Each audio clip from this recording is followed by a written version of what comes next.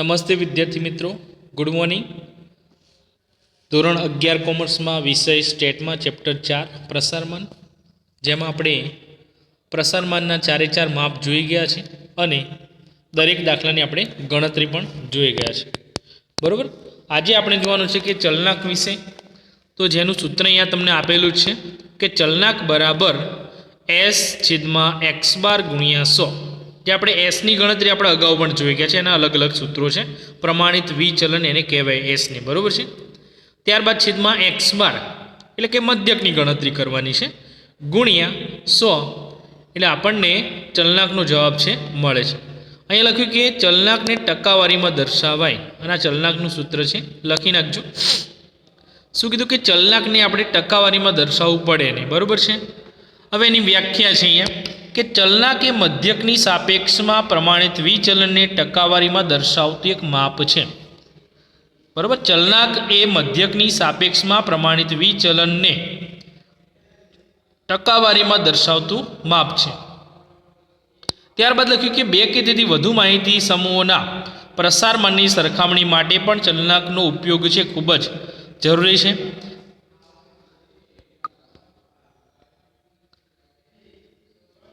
ત્યારબાદ કીધું કે થિયરીમાં છે, તો જે શ્રેણી માટે ચલનાંક ઓછો હોય તે શ્રેણી વધુ સ્થિર કહેવાય, અને તેમાં પ્રસારમાનનું જે માપ છે ને એ ઓછું છે તેમ કહેવાય છે.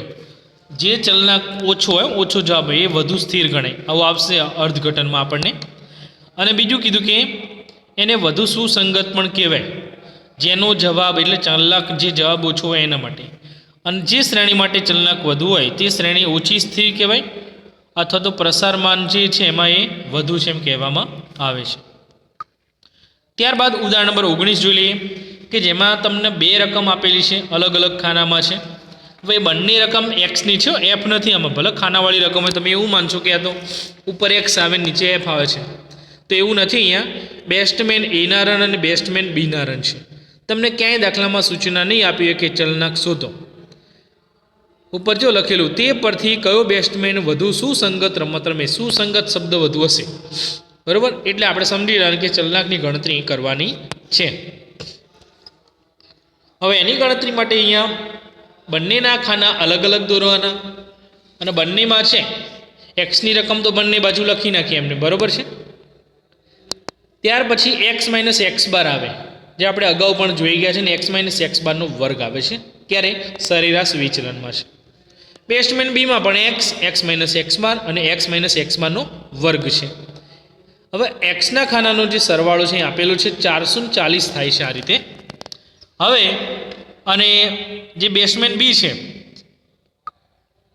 અહીંયા 440 સરવાળો છે ને અહીંયા કેટલો 530. તો પહેલાં તો આપણે એક્સ બાર શોધવા પણ એ આપી દીધા, પણ એની ગણતરી આપણે એકવાર જોઈ લઈએ. તો અહીંયા બંનેની ગણતરી આપેલી જ છે. બેસ્ટમેન એમાં એક્સ બાર બરાબર સિગ્મા એક્સ ભાગ્યા એન એટલે 440/10 એટલે 44 રન છે. એક્સ બારનો જવાબ આવે છે. બેસ્ટમેન બીમાં સૂત્ર તો એનું એ જ છે, પણ સિગ્મા એક્સની જગ્યાએ 530/n બરાબર 10 એટલે 53, અને એકમ જરૂરી લખવાનો રન છે એ એકમમાં ગણાય 44 રન અને 53 રન છે. તો બંનેમાં જે ગણતરી આપણે જોઈ ગયા છે. હવે અહીંયા જો કે બેસ્ટમેન એ જે આપેલો છે અહીંયા, તો પહેલાં એની ગણતરી જોઈએ. ડાબી બાજુ બેસ્ટમેન એ આપેલો છે, બરાબર છે આ રીતે, અને આ બાજુ બેસ્ટમેન બી છે. તો બધી જે સંખ્યા એક્સની છે એમાંથી દર વખતે તમારે 44 એક્સ બાર છે બાદ કરવાના. કેમ? તો કે એક્સ માઇનસ એક્સ બાર છે, એટલે એક્સની રકમમાંથી દરેક વખતે 44 બાદ કરવાના. એટલે 25 માઇનસ 44 એટલે -19 આવશે. 50 માઇનસ 44 એટલે 6 આવે. 45માંથી 44 જાય તો 1 આવશે. 30 માઇનસ 44 કરીએ તો -14 આવે છે. 70 માઇનસ 44 એટલે 26. 42 માઇનસ 44 એટલે -2 આવશે. 36 માઇનસ 44 એટલે -8 આવે. 48 માઇનસ 44 એટલે 4 આવશે પ્લસ. 34 માઇનસ 44 એટલે -10 આવશે.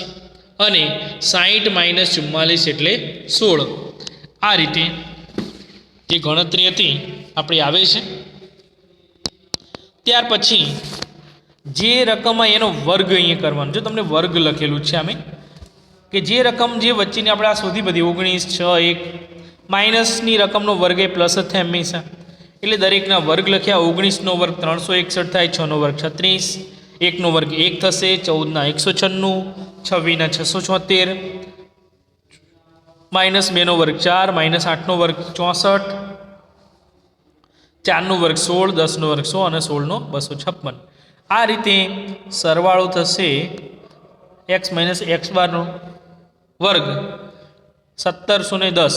બરાબર, આપણે એનું સૂત્ર છે એ પ્રમાણિત વિચલન માટે લઈશું. ત્યારબાદ બીની ગણતરી છે.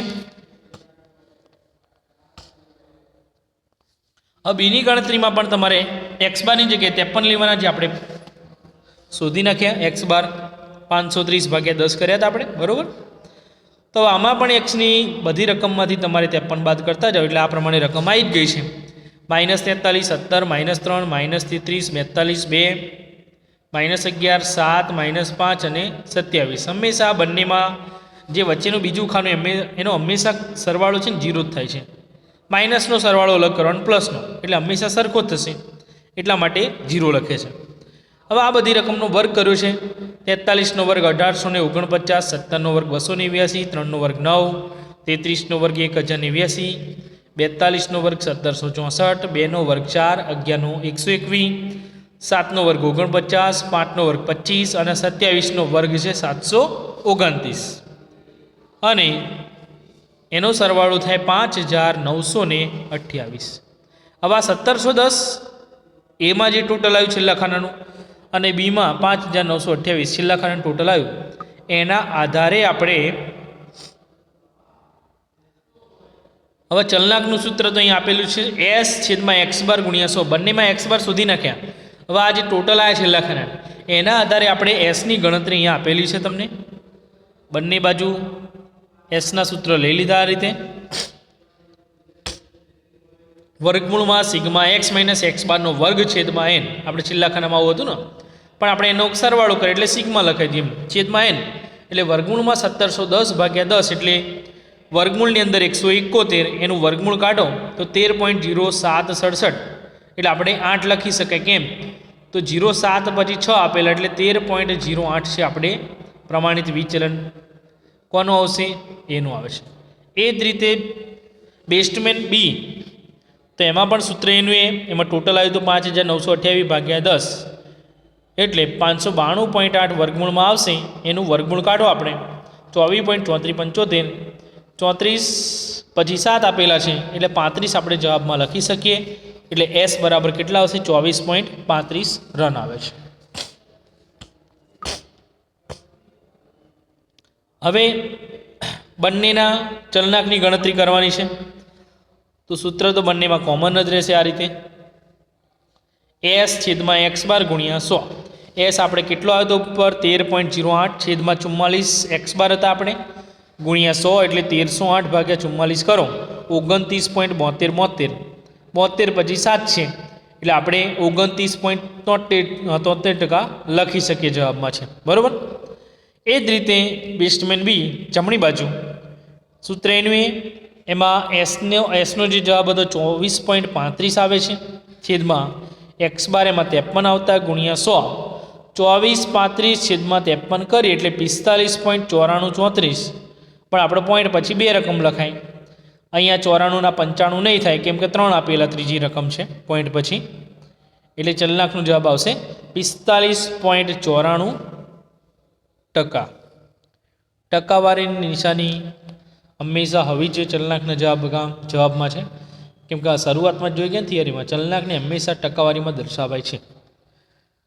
હવે અહીંયા કોણ વધુ સુસંગત રમે છે? તો જેનો જવાબ ઓછો હોય ને, કોનો જવાબ ઓછો છે? આ બાજુ છે ને ડાબી બાજુ બેસ્ટમેન એ નો ચલનાંક ઓછો હોવાથી તેની રમત છે વધુ સુસંગત છે. બરાબર. તો આ રીતે ચલનાંકનો દાખલો આપણે જોઈ ગયા, અને એ જ પ્રમાણે તમારે ઉદાહરણ લખવાનું છે, અને ઉદાહરણ પ્રમાણે તમારે 4.5માં જે પહેલો દાખલો આપેલો છે એ દાખલો છે આ જ રીતે તમારે ગણવાનો છે. બરાબર. Okay, thank you.